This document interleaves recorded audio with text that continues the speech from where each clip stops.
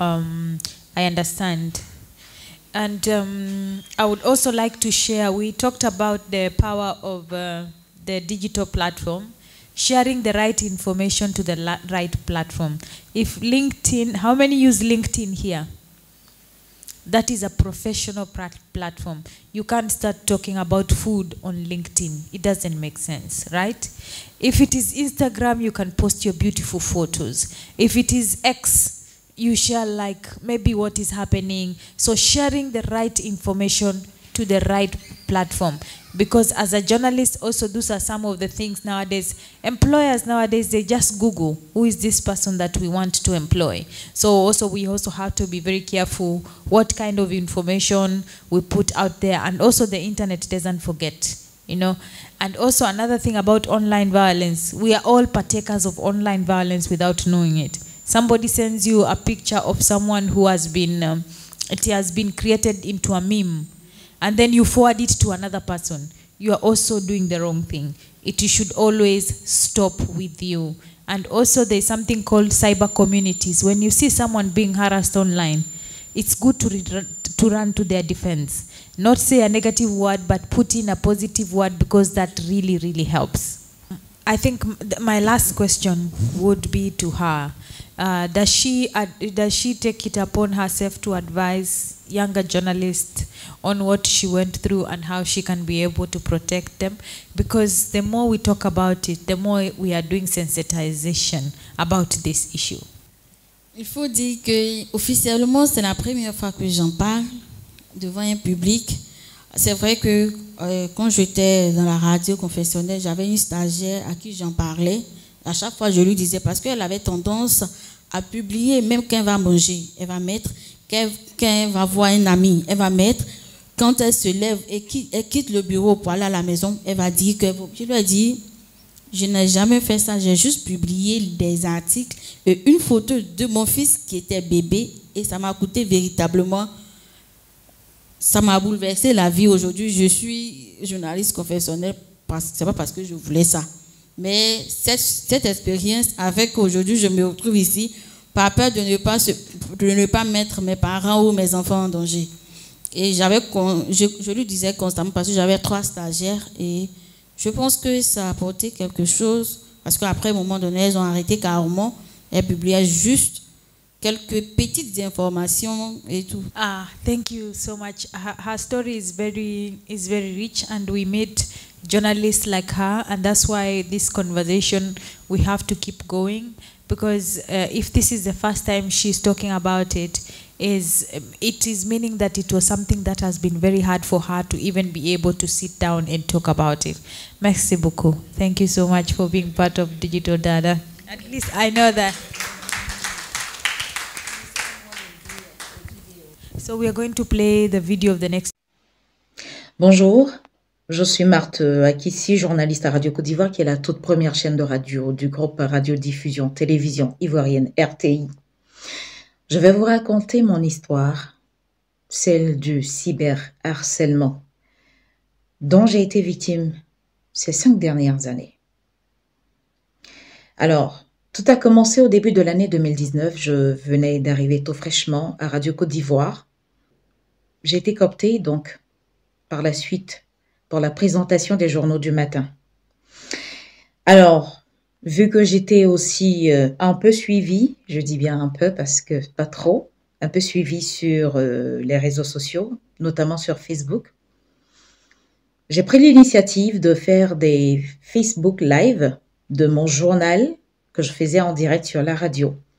C'était en fait de permettre à tous les internautes qui n'avaient pas le temps d'allumer leur poste radio, d'écouter l'actualité le matin, de pouvoir suivre l'actualité étant sur Facebook. Et aussi permettre à tous les auditeurs qui régulièrement se plaignaient du fait que la radio n'avait pas de signal dans leur localité. Et donc, c'était vraiment l'occasion pour moi de faire ce direct de mon journal pour permettre à tout le monde d'être informé.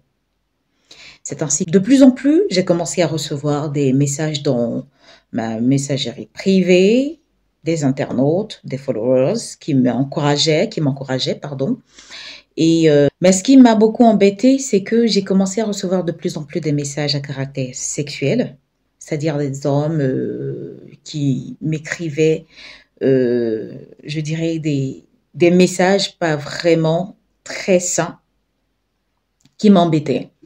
Alors, je ne répondais pas parce que généralement, je ne réponds pas trop aux messages. Je préfère répondre aux commentaires parce que pour moi, euh, quand quelqu'un commente, ça veut dire qu'il a le cran. Voilà. Donc, je ne répondais vraiment pas aux messageries, à moins que ça soit vraiment des messages assez importants. Alors, j'ai été surtout embêtée par un internaute, ce qui fait le cœur même de mon histoire, un internaute qui a commencé à m'envoyer des messages, qui a commencé à me faire des avances dans ma messagerie privée du genre Marthe Akissi, je t'aime bien, tu me plais. Au départ, je ne répondais pas, bon, j'ai jamais répondu.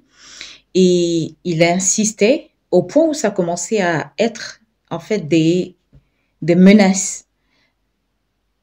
Il m'envoyait des messages comme quoi je veux que tu sois ma femme, même si tu es marié, tu peux divorcer et tout. Donc, il insistait sur 1, 2, 3 mois. Je ne répondais pas. Et ce qui va attirer mon attention, c'est ce message il va écrire. Il me dit, je t'écris, tu ne me réponds pas, mais tu ne sais pas de quoi je suis capable. Je peux même te basser. Bon, tu vas tout abandonner pour me suivre parce que j'ai un côté béninois et tout. J'ai dit attention. Quand j'ai lu le message, ça a attiré mon attention. Je dis, c'est grave ça parce que ça commence à être sérieux cette histoire-là. Et j'ai pas répondu toujours. Alors, une semaine après, mon téléphone sonne. Je décroche normalement. Je connais pas le numéro, mais je décroche.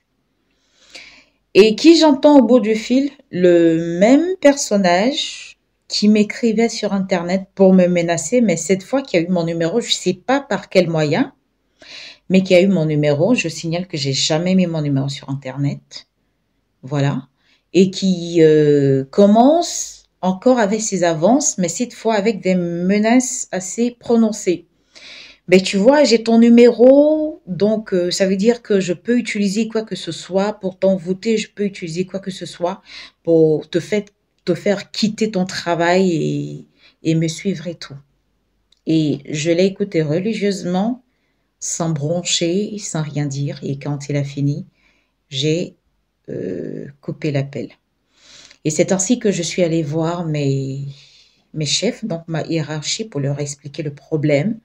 Et donc, ma hiérarchie a contacté la police judiciaire, la PJ, qui, en accord avec tout le monde, on a décidé de mettre en place un plan, donc de le piéger en fait, pour que ce gars se rende jusqu'à la radio ici.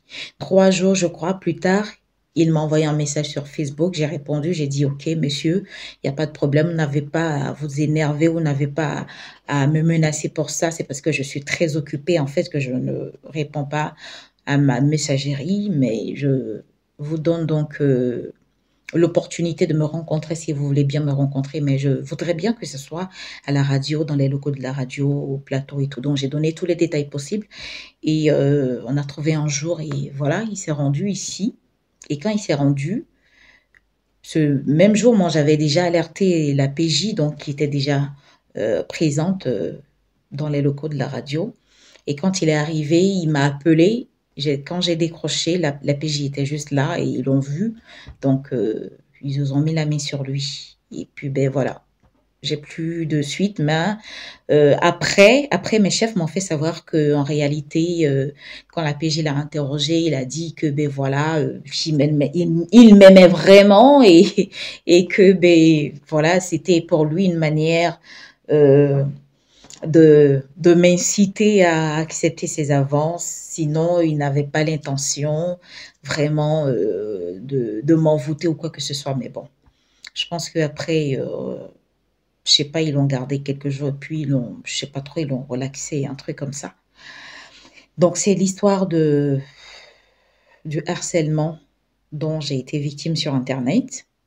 Et je veux par là signaler que en fait, c'est récurrent.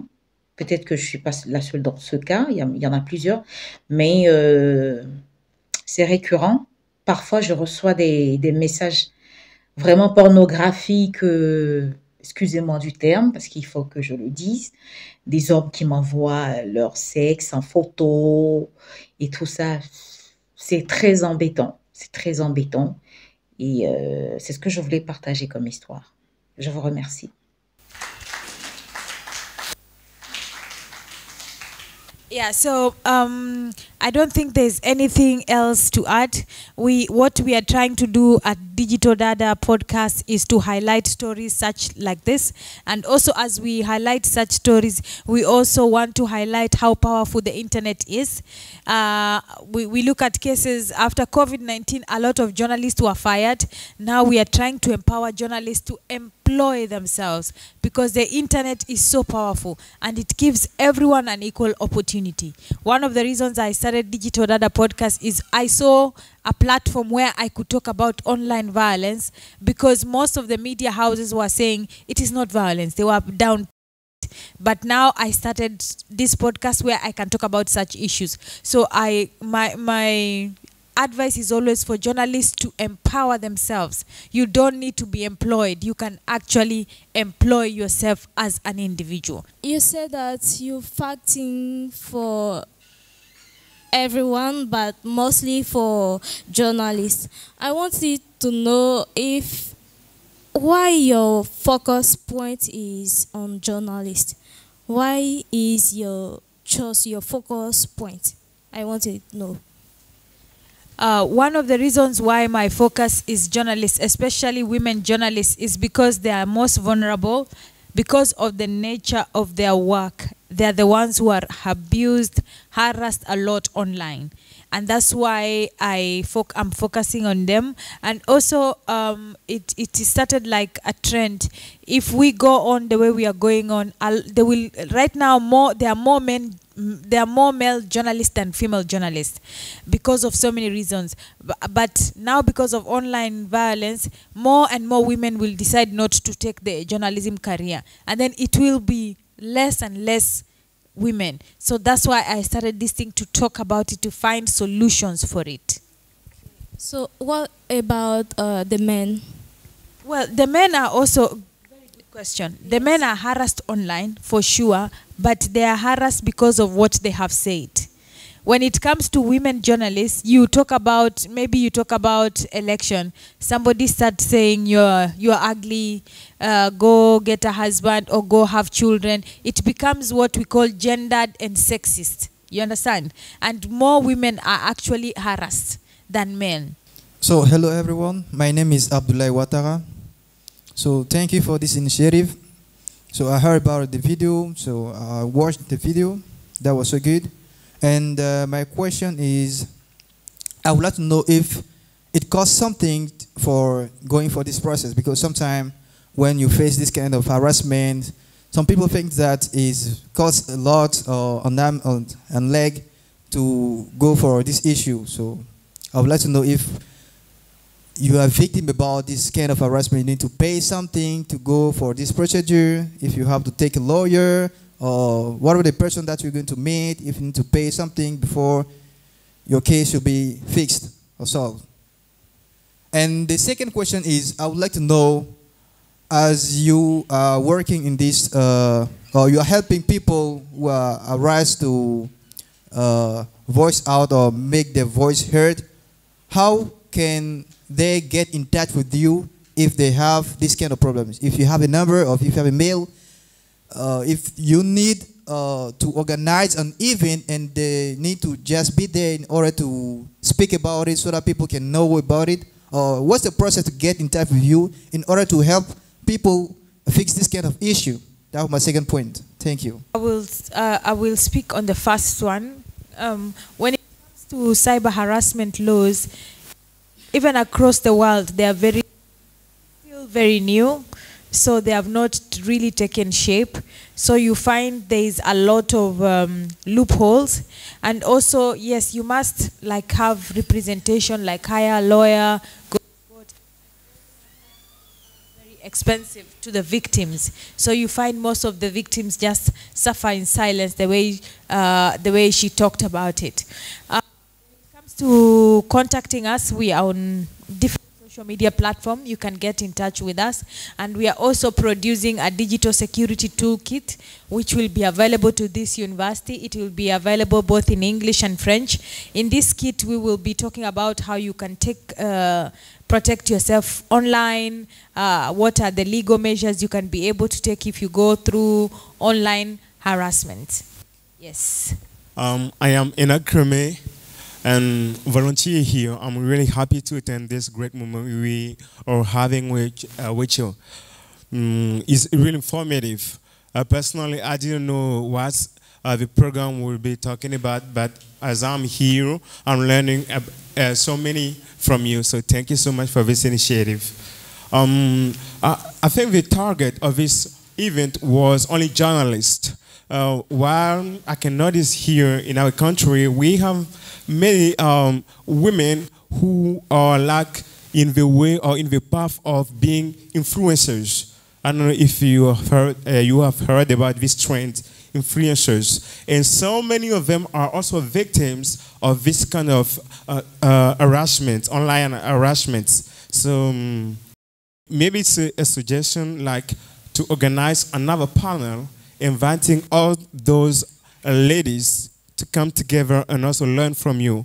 I think it would be a way to promote the vision and the activities you are doing.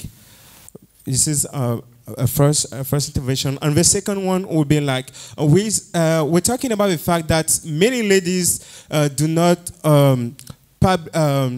talk about that publicly. Why when they are harassed? Is it not because the police and the other institution in charge of that even are not taking it too seriously?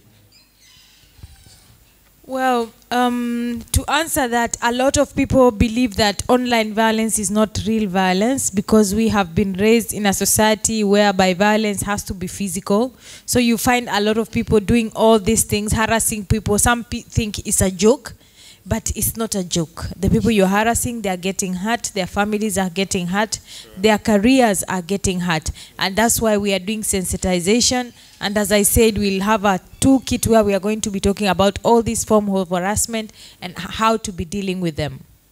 After working for, I would say, many years in the domain, what is the, let's say, I would say, the summary of what you've done for people? Like, how many people could you help with that? And from the beginning up to now, what are the different changes that occurred in their professional career? And to your perspective, what can be done to help other people or other journalists to, let's say, to withstand the upcoming harassment, because this is a fact that will continue even if we find it, we're looking for a solution to prevent it, but we know that globally speaking, it is a fact that we see all the time. Thank you for your question. So I can't put it in numbers how many journalists have helped, but I have been talking about this issue for the last 4 years, and I've been talking in different countries around the world about it, and also educating people on digital safety, because one way of protecting yourself is learning how to protect your information, and also working with different organizations like Mentor. There's an organization called Mentor 360, which gives services, therapy if you want to see a therapy because of going through online harassment. But there are so many things which have to be done, and that's what we are working on. One of them is us being in Ivory Coast today, talking about it, sensitizing people, and also creating a toolkit to educate people on online safety. Thank you so much for everyone who took their time to be part of this live podcast production. It's going to be edited and it's going to be uploaded on our different podcast platforms. You can check us on YouTube, on Spotify, on all the platforms, and please follow us and also follow us on social media.